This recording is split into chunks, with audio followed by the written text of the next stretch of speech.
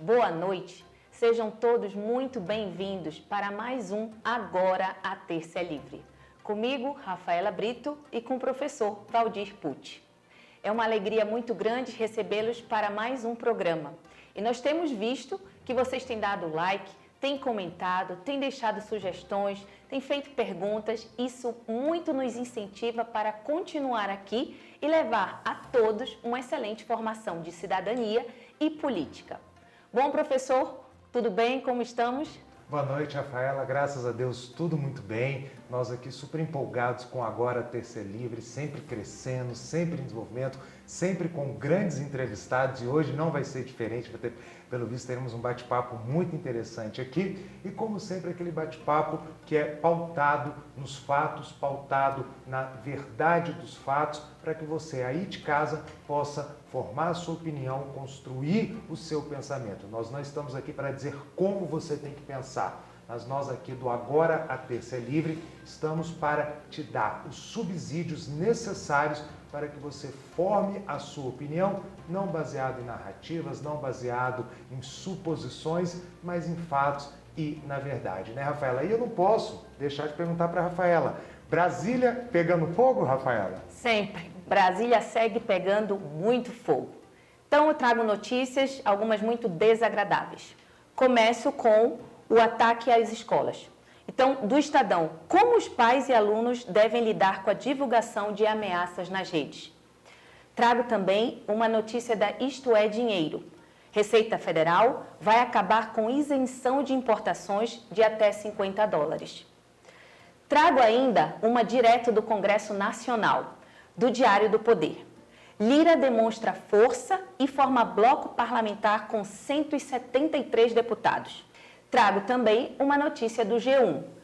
Polícia Federal e Controladoria Geral da União investigam 20 faculdades por suposta fraude para receber recursos do FIES. E termino com uma notícia do R7. Frentes parlamentares planejam reunião para articular benefícios na reforma tributária. Professor Valdir? Muito obrigado, Rafaela. Bom, gente, como vocês estão vendo, como vocês acompanharam com a Rafaela, nosso já bordão aqui do Agora a Terça é Livre, Brasília está pegando fogo e realmente ela sempre está agitada. Eu sempre brinco que deve ser muito bom morar num país onde você não tenha novidades, você possa passar uma semana sem pensar em política, sem pensar em decisões políticas e como isso poderia afetar a nossa vida ou como isso afeta diariamente a nossa vida. Então, Brasília continua nessa mesma perspectiva. O que nós temos hoje e não podemos deixar de comentar alguns aspectos muito importantes. Eu vou começar com um assunto que já tratamos aqui em programas anteriores, mas que ainda vale uma reflexão pelos últimos acontecimentos das últimas semanas, que ainda, infelizmente, é tratar da questão voltada à violência nas escolas. Já fizemos aqui, já demos os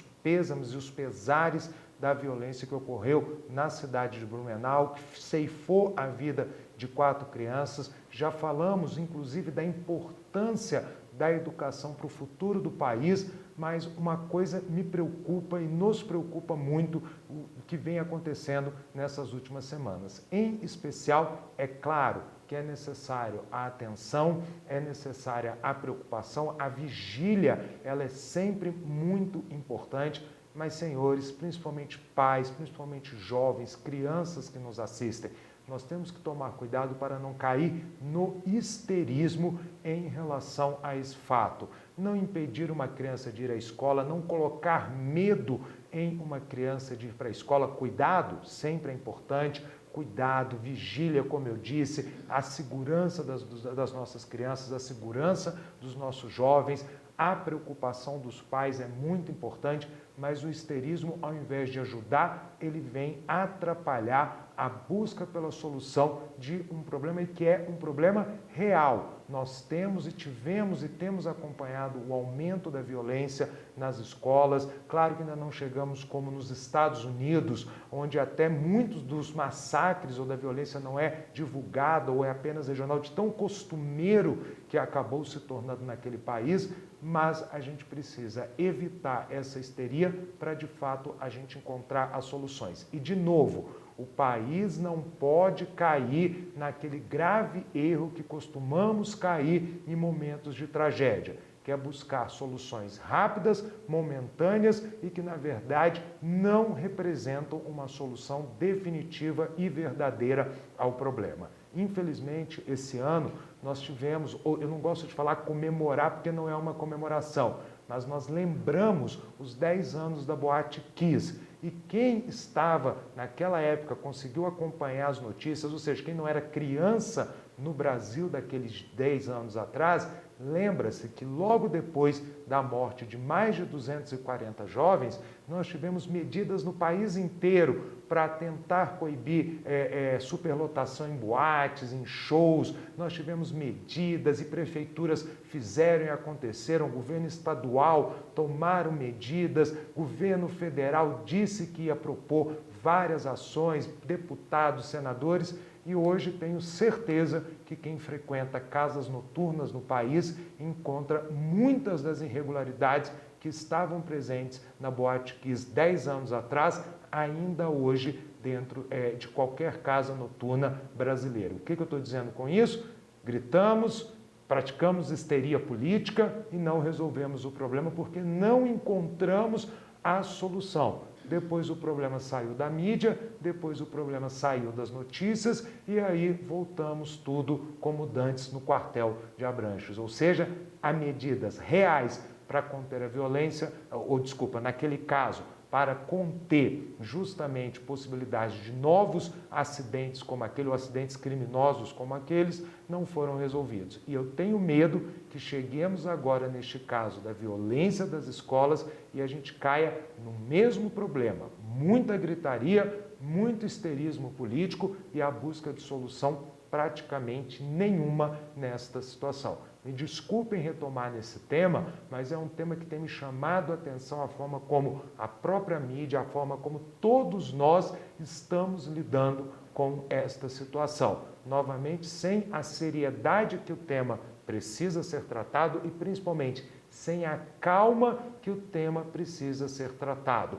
Não podemos viver de sobressaltos, não podemos viver de acontece uma tragédia, gritamos, esquecemos e tudo continua igual. Precisamos, de fato, encontrar soluções para os problemas do país. Então, abro essa minha análise, abro essa minha fala das notícias do país, tratando novamente, porque, como eu já coloquei aqui para vocês, é um pensamento do Agora a Ter Ser Livre. Nada mais caro a um país do que o seu futuro. E o futuro está nas crianças, está nos jovens, está justamente na educação do país. Perfeito?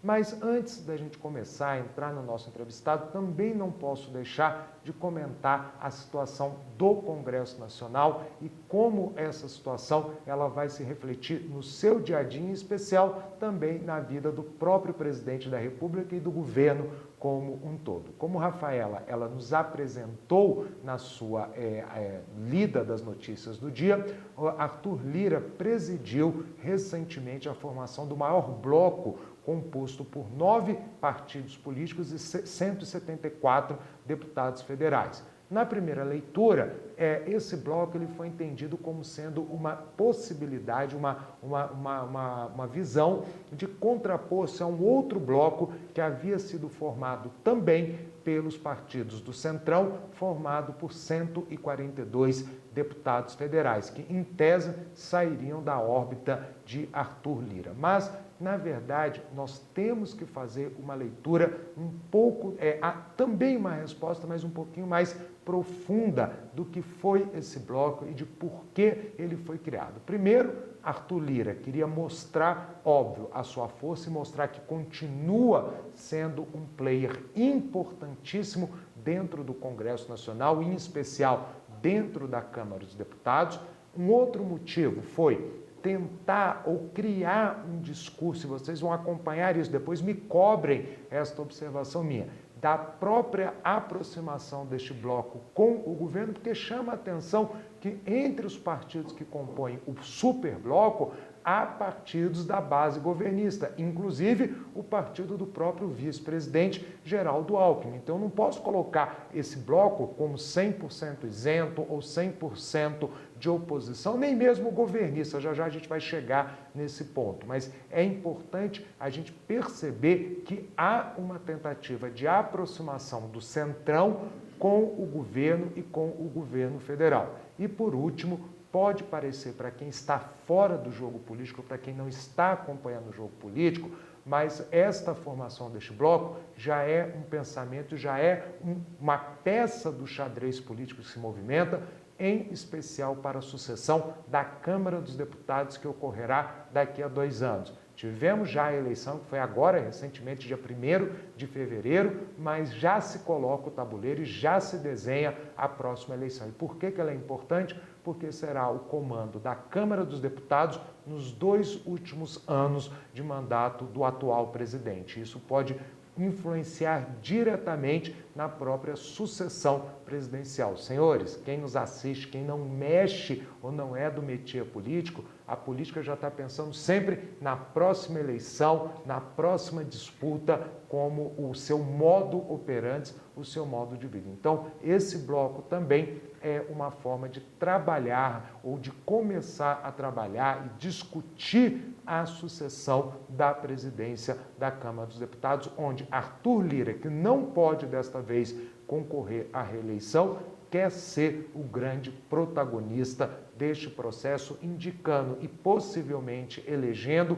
alguém da sua inteira confiança. E, para terminar este meu comentário, a grande pergunta que fica é: e o governo federal? Então, com esta aproximação, como eu mesmo falei, uma tentativa de aproximação com o governo federal, o governo vai formar a sua base de sustentação dentro da Câmara, porque no Senado ele tem uma vida mais fácil. Vamos deixar esse comentário, inclusive, para um outro programa. Eu posso adiantar para vocês o seguinte: facilita, com certeza, a vida do governo, facilita com certeza a negociação, mas lembre-se que um bloco parlamentar, ele é muito mais dentro da Câmara um jogo de poder interno da Câmara, designação de comissões, designação de relatorias, do que um jogo de relação com o governo federal. Lula conseguirá negociar e conseguirá conversar com o bloco. Agora, não necessariamente o bloco em peso e de forma homogênea irá apoiar todas as medidas do governo federal. Então, fica essa observação, porque muitos fizeram a leitura de que agora o governo teria uma facilidade muito maior dentro do Congresso, e eu não vejo desta forma. Ele tem uma facilidade, sim, de negociação, mas não uma vida fácil dentro do Congresso, que não perdeu as suas características. Continua um Congresso mais conservador e um Congresso mais de centro-direita. E, pegando esse gancho com vocês, eu já vou apresentar a vocês o nosso entrevistado de hoje. Por que o gancho? Ele é do Congresso? Ele é parlamentar? Não, não é, mas o nosso convidado tem uma vivência muito grande na seara política, já exerceu vários cargos públicos no estado de São Paulo, em especial no município de Itu, município do estado de São Paulo. Então, é uma pessoa que vai nos ajudar a entender um pouco melhor esta questão do jogo político no Brasil atual, pela sua história, pela sua vivência, e também outras questões, principalmente relativas à solidariedade, que não deixa e não perde nunca a importância. Então, eu queria apresentar a vocês o senhor Sérgio Henrique Prevede. Prevede, pronunciei correto? Previde, pronunciei errado, peço perdão. Seja muito bem-vindo, obrigado, senhor professor. Sérgio. Vou chamá-lo de Sérgio, Sim, se me permite. Claro. Tá? E antes de começarmos a conversar, eu queria só apresentar o seu currículo, a sua biografia para quem está nos assistindo. Então, o Sérgio, gente, ele é formado em administração pela Universidade de Sorocaba e é atual diretor executivo e co-presidente da SMF, Sociedade Movimento dos Focolari, e sócio da empresa Ômega Consultoria e Planejamento LTDA. Além desses atuais cargos, Sérgio também já foi secretário de Finanças da Prefeitura de Itu, no mesmo município, presidente da Companhia de Desenvolvimento de Itu, a Codeiza, e também exerceu o cargo máximo dentro do município, foi prefeito de Itu de 89 a 92. interviu em todos os hospitais Santa Casa de Misericórdia e da Casa de Repouso, também no mesmo município, foi diretor administrativo da ESPRE, a SA ligada à economia de comunhão, presidente da Comissão Nacional do MPPU, que é o Movimento Político pela Unidade, também presidente da Civitas, Associação Cultural e de Cidadania, membro do Conselho Nacional para a Educação em Direitos Humanos e membro do Centro Internacional também do MPPU, o Movimento Político pela Unidade. Sérgio, mais uma vez, seja muito bem-vindo ao Agora a Terça é Livre. É uma honra para nós ter a sua história e você aqui conosco. Eu que agradeço, professor Aldir, cara amiga Rafaela, toda a equipe, né, desse programa que está bombando aqui em Brasília, né? Agora a Terça é Livre, um nome muito sugestivo, né, Rafaela? Gostei muito, porque esse nome livre, ele nos remete à essência do ser humano, né? Perfeito. Somos seres humanos livres. Nós temos, essa é a grande luta do ser humano, é ser livre. Né? Ser livre no pensar, então, no agir, naquilo que ele tem o direito e o dever de fazer também, exato, né, Sérgio? É assim, eu sempre pautei a minha vida nesses 3 ideais da Revolução Francesa, né? A liberdade, a igualdade e a fraternidade. Perfeito. Né? E isso é muito importante, porque se não nos tratarmos e não nos considerarmos como irmãos, nem poderemos dar ao povo a liberdade e nem mesmo tratá-los como iguais. Perfeito. Porque o princípio é a fraternidade. Né? Sérgio, pegando esse gancho que você colocou de fraternidade, de tratar os outros como iguais, e vou pegar o gancho da solidariedade, já o apresentei como diretor executivo e co-presidente da SMF, Sociedade e Movimento dos Focolari. Primeira coisa, eu tenho 2 perguntas para você. Primeiro, eu acho que a curiosidade de muitos que estão nos assistindo, Focolari, que é este nome, de onde ele vem, qual a origem do termo Focolari, e eu queria que você explicasse, começasse nos explicando um pouco do trabalho da sociedade, o que ela faz, como ela ajuda, seu papel e de todos lá dentro, diante da comunidade. Focolari, em italiano, quer dizer lareira, o fogo no lar, focolare, né? E isso, a origem é da Segunda Guerra Mundial.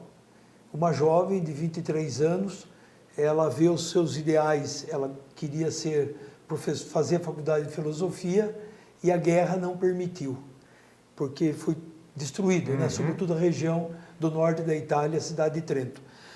Então, ela, num determinado momento, ela se pergunta, haverá um ideal que nenhuma bomba destrua? E a resposta veio dentro dela mesmo. Deus que responde, eu posso ser o seu ideal que nenhuma bomba vai destruir. Então, a partir daquele momento, ela escolhe Deus como ideal no próximo. Não um Deus lá, etéreo, uma coisa longínqua. Não, encarnado no próximo. E ali nasce, sem querer, nasce um pequeno movimento, mas logo se torna grande, né? E um dos primeiros passos desse movimento é em direção à política. Quando a guerra termina, essa jovem, com as suas primeiras companheiras, procuram um deputado do parlamento italiano, Higino Giordani, que entende e diz o seguinte, esse movimento não é coisa pequena, é uma transformação cultural para a humanidade no pós-guerra. Então, esse movimento se espalha, um movimento de caráter ecumênico e social. Perfeito. E espiritual, como uma renovação, porque não é um movimento de discurso, ele é de vivência. Então, por isso, esse Focolari, ele significa que a presença de Deus, e ali o Deus universal, independente da religião, dentro da família. E essa família não é a família só como conhecemos, é todo e qualquer grupo de pessoas que trabalham como irmãos. Perfeito. E o trabalho como irmãos gera sempre uma coisa boa, né? Porque sempre ali existe a presença de Deus. A irmandade e a fraternidade. A fraternidade. O próprio, como você falou, os 3 lemas da Revolução Francesa presentes aí nesse E num ideário. determinado momento, e agora, dia 2 de maio, vai completar 27 anos, quando ainda a Chiara Lubbe, que era viva, ela se reúne. A Chiara Lubbe é a jovem. A jovem lá, Perfeito. que já é falecida, faleceu com 88 anos de idade, ela reúne os políticos da Itália e faz uma proposta. Diz o seguinte, ela pega um tema cultural, que é o tema da Revolução Francesa, Perfeito. que foi um marco na história do mundo ocidental, uma mudança. Ela disse assim que, dos 3 ideais, uma parte da humanidade lutou pela liberdade, a outra parte pela igualdade, o capitalismo e o socialismo. E poucos trabalharam pela fraternidade. Então a fraternidade tornou-se o princípio esquecido. A própria Revolução Francesa, 10 anos depois, ela retirou o tema da fraternidade, porque ele passou a ser um empecilho para as ideologias. Sim, perfeito. Certo? Perfeito. No momento que eu tenho que tratá-lo como irmão, como irmã, ele passa a ser um empecilho. Foi um dos primeiros a ser esquecido pelo revolucionário. Né? Exatamente. Perfeito. Né? Eles é que traíram a própria... Então, ele passou a ser um empecilho. E mais tarde, nós descobrimos que é o princípio rejeitado. Não porque ele é muito grande. Ele é o top, digamos assim, da ciência da política. Porque ele resume todo o sistema político. E quando que chega ao Brasil esse movimento? Em 2001, né, quando ele é fundado aqui no Brasil, pela presidente internacional, uma deputada italiana, Lucia Fronza Crepas, e a partir daquele momento que eu me tornei presidente, então, do movimento político. E fiquei ali quase 18 anos à frente do movimento político, e era importante também que fosse feita a sucessão. E esse movimento, ele pôde penetrar, sobretudo, nos parlamentos. Fantástico. Porque a política, se formos analisar a essência, ela se dá no parlamento. É o campo base é onde estão os representantes da sociedade. Exato. E o parlamento, a palavra parlamento, vem do parlare Perfeito. em italiano. Então, ali é que é o trabalho, porque ali é que nascem as leis, né? Sim. Então, desse jeito, nós conseguimos chegar no executivo, no judiciário, mas o caminho melhor foi sempre o legislativo. Então, assim, teve experiências fantásticas. Cita um exemplo para nós. Por exemplo, o orçamento no Brasil, ele é um orçamento autorizativo. Isto. Então, o que nós começamos a analisar? Grande parte da distorção dos projetos vindo do Executivo, ele era forçado a ser aprovado porque o Legislativo tinha feito uma indicação de emenda parlamentar e para que essa emenda fosse para sua base, ele precisava renegociar com o Presidente da República. Perfeito. Então, a força do Parlamento era cada vez menor. E isso, inclusive, na Constituição de 88, que para nós já foi um avanço na democracia. Né? Efetivamente, a democracia se reinstalou no Brasil com a Constituição de 88. Então, nós fizemos um trabalho de tornar o orçamento participativo, impositivo e que fosse inclusivo. Perfeito. Então, os deputados, porque participam do movimento político, deputados de vários partidos e de várias Era isso que eu ia ideologias. te perguntar. Então, nós temos um caráter suprapartidário. Suprapartidário. O ideário é a fraternidade, é ajudar a comunidade. O bem comum. O bem comum. O bem comum. Perfeito. Qual é a finalidade? A unidade na política, ela se dá na finalidade, não no pensamento. E é importante na política que você tenha a posição e oposição. Perfeito. Que tenha o contraponto, porque justamente não é a minha ideia contra a sua, contra a da Rafaela. É a minha ideia mais a sua. Não somos inimigos, né? Na política não existe inimigos. Eu acho que a gente perdeu um pouco disso, Sérgio, nos últimos anos, esse entendimento. Política não tem inimigos. Política tem troca de ideias, debates. E eu sempre ensino, como professor, que meus alunos me permitem fazer essa colocação, eu sempre ensino para meus alunos o seguinte: a política é consenso. É pegar a minha ideia, juntar com a sua. Não vai ser a minha, não vai ser a sua. Vai ser um meio termo aqui entre nossas 2, 3 ideias. Não interessa quantas ideias nós temos. E é isso que a política faz, é isso que a democracia faz. Não é impor uma vontade. Não. É buscar um consenso entre várias vontades ali dentro. Eu me preocupo, professor e Rafaela, quando um político fala assim, eu votei de acordo com a minha consciência. Eu gostaria, e a fraternidade diz isso, que ele devia votar de acordo com a consciência geral. Consciência coletiva. E Você está russoniano, hein, Sérgio? Exato. Você está bem russoniano. E se a consciência dele estiver errada? Claro. Ele votou errado. Se todo ponto de vista é a vista de um único ponto. Perfeito. E por isso que existe o diálogo. No diálogo, você soma as ideias e nasce uma ideia melhor. Sim. Posso citar um outro exemplo Por bacana? favor. Tinha ali um deputado da situação que tinha apresentado na comissão uma lei boa e era do movimento político. O da oposição também era do movimento político.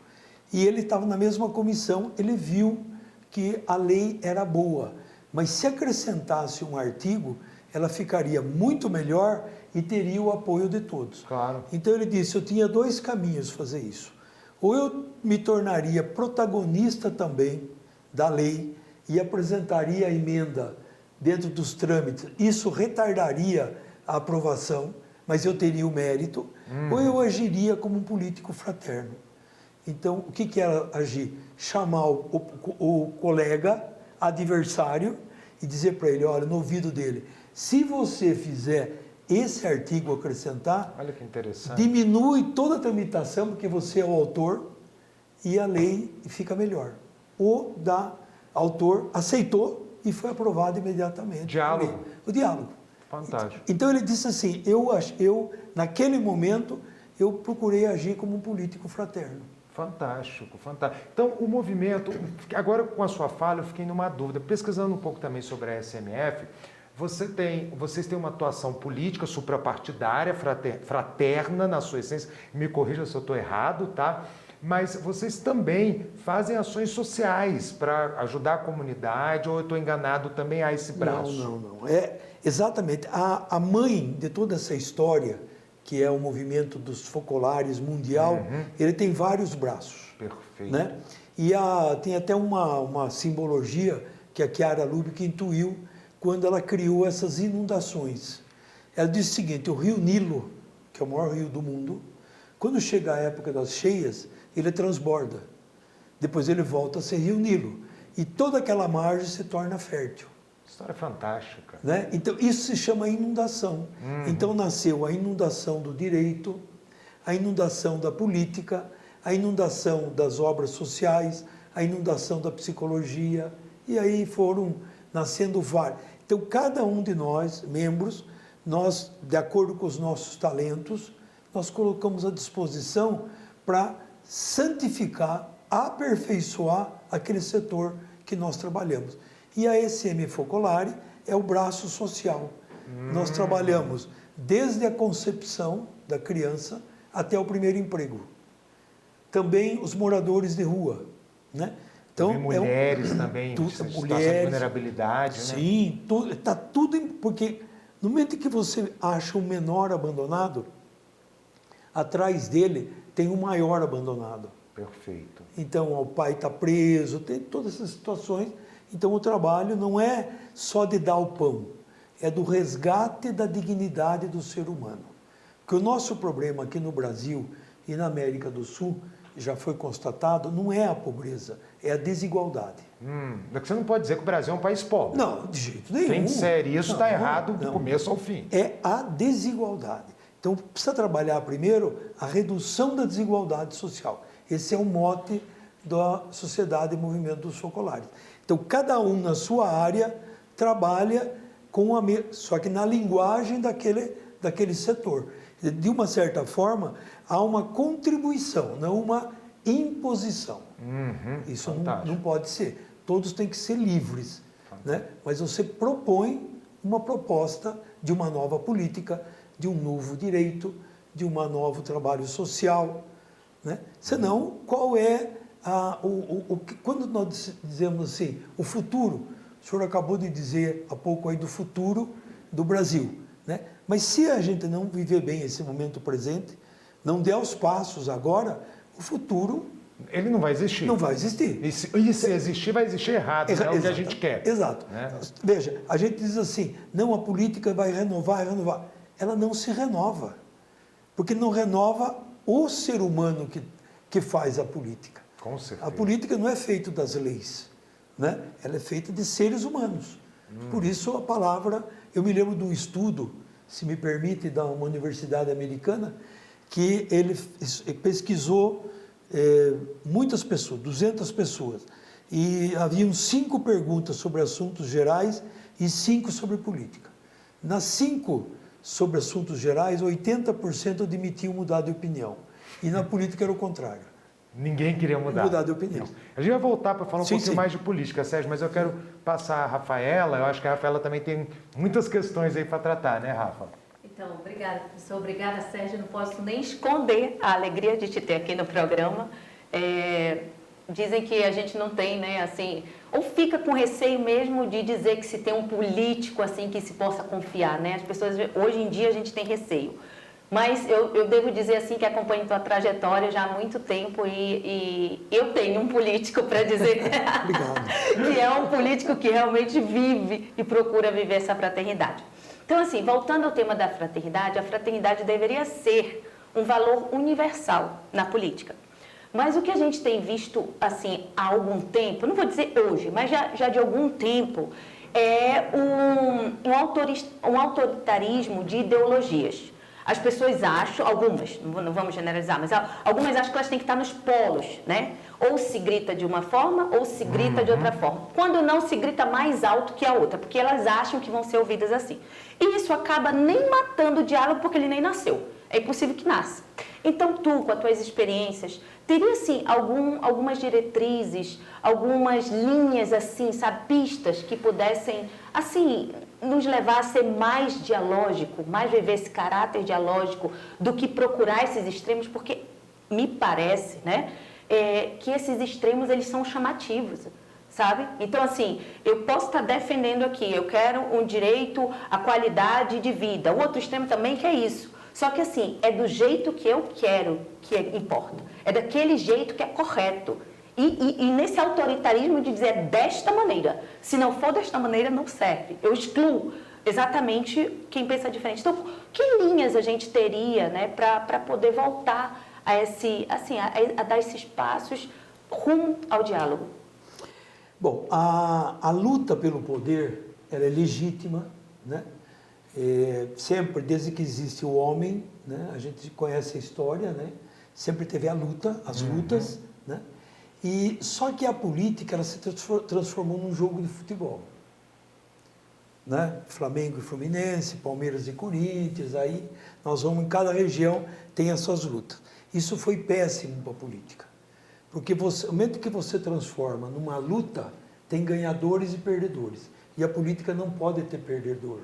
Todos têm que ser ganhadores. Apenas um é escolhido para fazer. Eu conto aqui uma experiência que aconteceu comigo. Antes de começar a minha campanha para prefeito, eu chamei meus 3 adversários para que fizéssemos uma campanha de respeito e tal, e ok. E quando eu ia pedir voto, eu dizia para o eleitor, até teve um fato interessante, o primeiro dia que eu comecei a campanha, eu tinha 34 anos de idade, eu passei mal aquela noite, Olha. de medo de ir na rua, né? Não sei, era uma coisa, como é que eu vou pedir voto, né? Cheguei numa casa, primeiro dia, bati na porta, falei, tomara que não tenha ninguém, assim não precisa fazer nada, né? Tinha uma mulher, veio, eu disse, olha, eu sou o Sérgio Prévide, sou um dos candidatos a prefeito de Itu, né?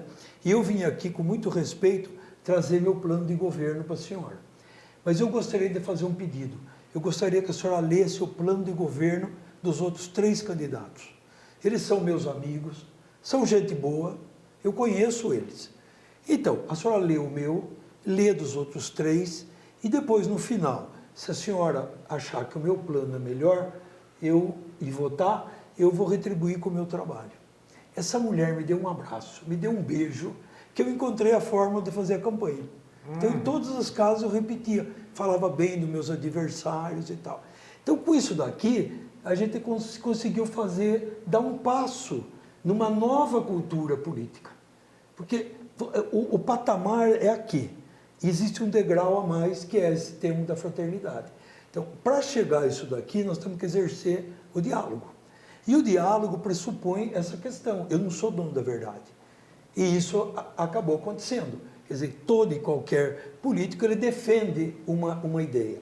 Agora, o que me preocupa não é ele defender uma ideia. Isso é política.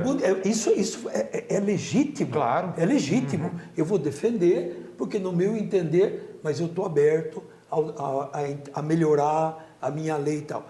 O que me preocupa é o seguinte, que se aquele tema que ele defende é apenas uma estratégia para ganhar a eleição, perfeito, não é uma convicção de que aquilo é o melhor para todos, ele pesquisou e verificou que o tema da mulher é o tema mais apropriado nesse momento, então ele vai ser o defensor ou dos animais ou de tal, mas não por convicção, por uma estratégia política. Isso é um perigo. Aí a pessoa não sai do seu mundo.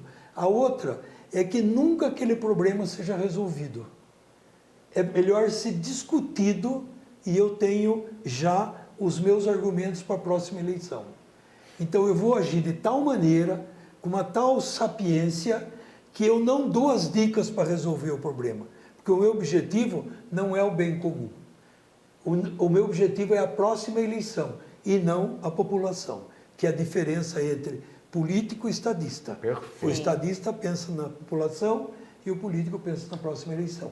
Então, a preocupação é essa daqui. Quer dizer, então ele faz uma pesquisa e hoje isso é muito tranquilo, aqueles pontos ali, então eu vou defender simplesmente por uma estratégia.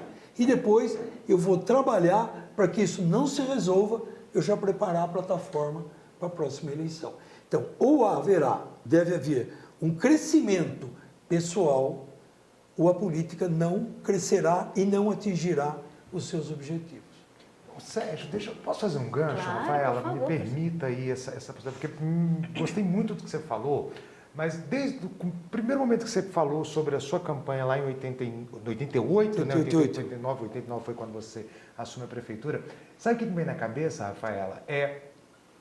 Será que num mundo de redes sociais a gente consegue voltar a esse modo de agir? Talvez não tenha nem resposta aqui entre nós três para essa minha pergunta, é mais uma reflexão.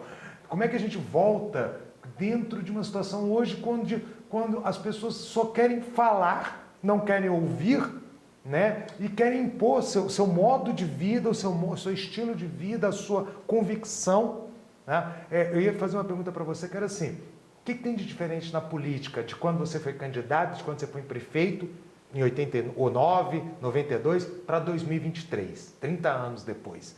Acho que muita coisa, acho que muito que você já está na resposta da pergunta da Rafaela nesse sentido de, e aí? Então eu deixo aqui só para reflexão nossa. Sim. Como é que a gente resolve essa questão? É um mundo, é um novo mundo para ser enfrentado, o mundo das redes sociais. Pelo menos eu tenho visto isso, as fake news, né? Então hoje tem mais força as redes sociais do que as mídias tradicionais, rádio, televisão. Hoje as televisões estão enfrentando sérias dificuldades. Sobretudo, houve um tempo em que a televisão decidia a eleição.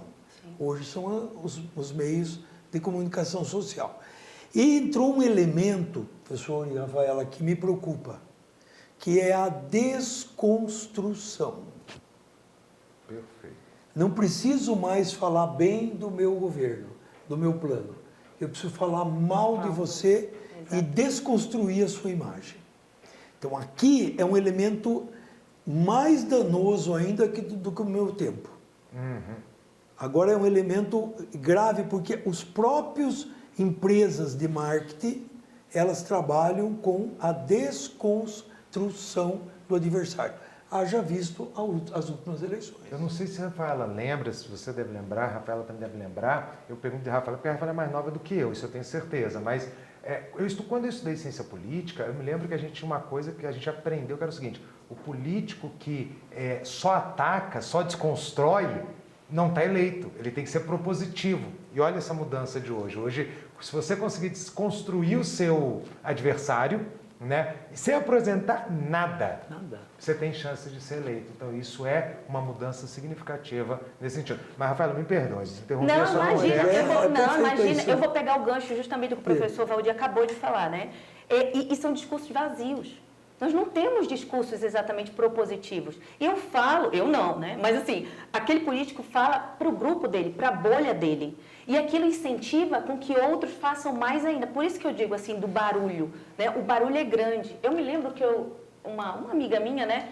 Que tem uma definição assim, ideológica bem acentuada, ela virou para mim e fez uma pergunta, né? Não, mas eu mandei para ela um plano de governo, não disse nem de quem era, eu só disse assim, leia. Ela disse, não, mas de que partido é? Eu falei, não, peraí, eu te mandei sem nome de candidato, eu te mandei sem partido, eu quero que você leia.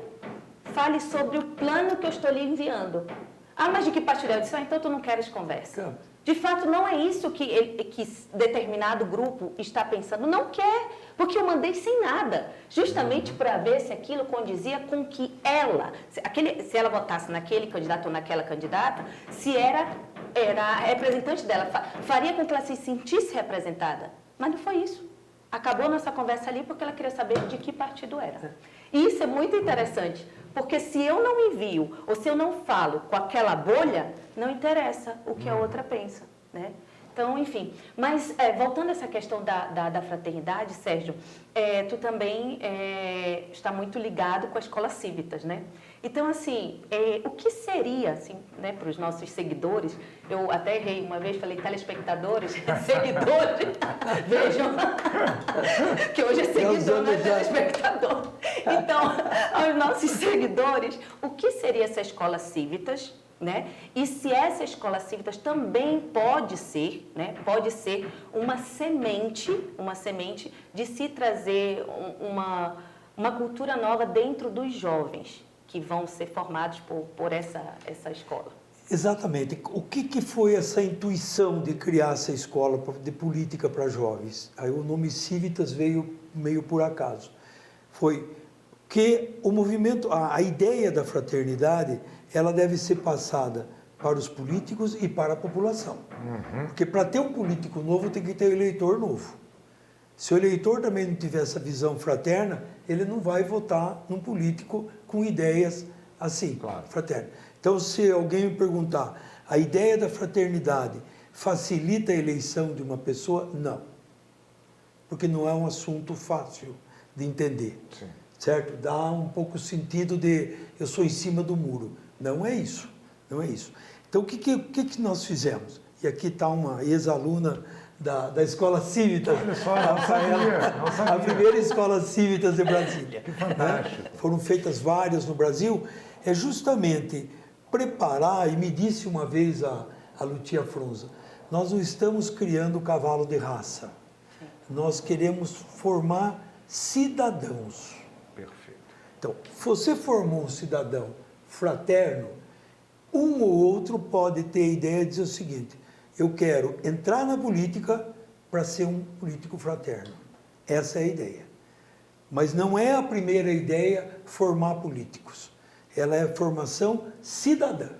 Que esse é um outro lado que dentro do processo cultural do Brasil, a gente percebe que ficou manco. Né? A gente percebe que não houve uma valorização da cultura, haja visto que a filosofia há 40, 50 anos, ele tinha sido tirado dos bancos escolares no Brasil. Então, há um déficit da questão cultural. Então, isso vai em todos os setores, né? E principalmente na política.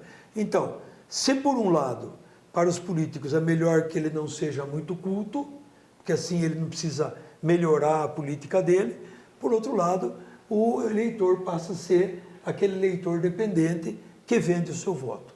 Então, a ideia da Escola Cívitas é dar ao jovem uma formação naquele momento que ele está se formando, que é dos 16 aos 28 anos, está formando a sua identidade, dá a ele uma formação cidadã. Né? Então, a gente tem o princípio lá. Nós temos a democracia que está sendo amadurecida e estamos construindo a república. o Brasil ainda não é um país de todos. Certo? Infelizmente. Por que, então, não ajudarmos a construir um país republicano e fraterno? Essa é a ideia. Perfeito. Há poucos dias, eu fui em Cocalzinho, no estado de Goiás, fazer a abertura de uma escola Civitas, que é a Escola de Formação Política para Jovens. E ali eu encontrei também um aluno que hoje é vereador na cidade. Então, veja, são situações que você descobre o talento e a pessoa faz a opção, né? Assim como tem alguns que dizem o seguinte, como um político um dia me disse: Sérgio, eu fico feliz toda vez que você vem aqui no meu gabinete me convidar, mas eu nunca vou na reunião, porque o meu comprometimento com a minha ideologia é tão grande, e a ideia que a fraternidade não é uma ideologia, Sim, não é uma ideologia, é uma cultura. Se eu optar pela fraternidade, eu tenho que mudar a minha vida política e eu corro risco de vida. Eu agradeço o convite, venha sempre, mas eu não vou. Isso que é uma pena, né? Porque deveria ir, sabe? Porque, como assim um outro, por exemplo, que deixou de ser, porque ele falou, não quero mais, porque eu tenho que entrar agora no sistema econômico. E eu não quero. Então eu vou deixar a política porque a pressão é muito grande. Então é difícil também para o político optar, ele ter uma opção de uma política séria. Eu entendo. Também. Eu entendo. Eu entendo porque eu vivi isso daqui. E eu me senti, no fim do mandato, uma persona não grata no mundo da política. Olha só. Porque eles diziam, viu, esse negócio aí não pode ir para frente. Mas foi. Foi. Graças a Deus foi. Porque ficou plantado no coração das pessoas. Eu me lembro que o prefeito que me sucedeu, que era meu adversário, ele tirou todas as placas das obras que eu tinha feito, né? Depois a justiça mandou colocar de novo. Mas não adiantou, porque ficou marcado no coração. Que é o que importa. Que é o que importa. A população não esquece. Quem faz por ela, ela não esquece. Não esquece, não esquece. Sérgio, eu tenho uma péssima notícia. Nós estamos praticamente chegando ao fim do nosso programa de hoje. A gente tem Ô, Rafaela, nós vamos ter que conversar com a produção desse programa para aumentar o tempo desse programa, porque a toda entrevista a gente está tendo que interromper por causa do tempo, que é uma necessidade nossa, óbvio, mas nós vamos conversar, porque, Sérgio, eu teria que mais, no mínimo, 1 hora de conversa com você, porque primeiro eu quero te dar os parabéns pelo exemplo de história política, mas principalmente história de vida. Eu acho que trazer essa mensagem da fraternidade, trazer essa mensagem que, independente de ideologias, o mais importante é a população, é o povo, é o futuro, já que foi também uma parte da minha fala de abertura. Então, quero te dar os parabéns. Quero já convidá-la a próxima vez que estiver em Brasília, por favor, nos avise Rafaela, para que você possa retornar aqui. Eu ainda preciso discutir muito com você essa nova forma de fazer política, não nova, mas na verdade uma possibilidade de resgatar essa forma de fazer política, que a gente já fez política assim, ela se perdeu nesses últimos anos.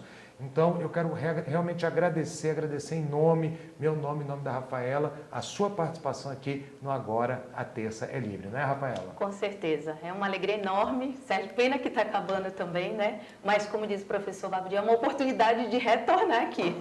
Fica assim, o gostinho de quero mais, né, do doce que a mamãe está fazendo lá, né? Com certeza. Mas eu estou sempre à disposição, né? Quando eu venho...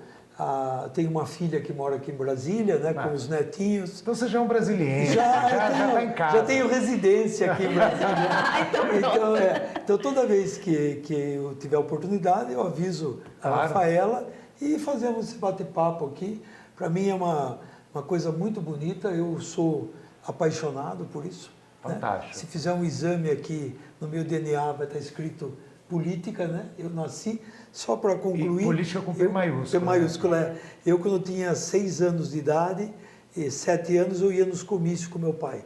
E eu voltava em casa, subia numa cadeira e repetia os comícios. Você sabe como é que eu descobri que eu gostava de política? Aos 10 anos, assistindo o Colégio Eleitoral, a eleição de Tancredo Neves para presidente da República. Eu acho que eu era o único garoto de 10 anos que estava parado na frente de uma televisão, acompanhando toda a votação e estava ali tentando entender o que estava acontecendo. Ali eu vi que eu gostava de política também, sabe? É apaixonante. Com certeza. Muito obrigado, hein, gente? Obrigado. A gente que agradece. Senhores, nossos, como é que é, Rafaela? Os nossos Seguidores. Seguidores, eu também tenho que me acostumar com o tempo. Queria agradecer a todos terem nos acompanhado nessa terça-feira, no Agora Terça Livre. Para nós é sempre uma honra tê-los conosco, ouvir os seus comentários, suas críticas, qualquer coisa que queiram nos apresentar para nós. É sempre muito importante esse feedback com vocês, com todos vocês. E podem criticar, viu? A crítica leva a melhor, a gente não se ofende com críticas, não. As críticas são importantes para o nosso crescimento. Queria de novo aqui, olhando para vocês, agradecer a presença do Sérgio. Foi uma entrevista gostosíssima, que a gente poderia ter levado muito mais tempo, mas a gente promete trazer. Eu sei que vocês também gostariam de ouvir um pouco mais dessa visão dele, que, como eu disse, não é uma novidade, ela só se perdeu no tempo da história política recente brasileira, mas ela pode ser resgatada, tem como ser resgatada, sim, e nós vamos conseguir, nós vamos resgatar essa forma de fazer política e de entender política também. Então, agradeço a todos e desejo a todos uma boa noite. Para você também, Rafaela, uma excelente noite. Obrigada. Hoje eu termino com partes de um texto que eu li em um encontro com quase 600 pessoas. Quantos de nós acreditamos que somente o que nós pensamos é o certo, o correto e é o justo? Quantos de nós julgamos os outros porque pensam e agem tão diferente de nós? Quantos de nós defendemos bandeiras e ideologias e esquecemos de dialogar? Quantos de nós achamos que as redes sociais são os meios mais adequados para dialogar? Quantos de nós queremos saúde de qualidade, segurança adequada, fome zero, educação com excelência, mas por pensarmos diferente, achamos que estamos em polos distintos? Quantos de nós? Boa noite.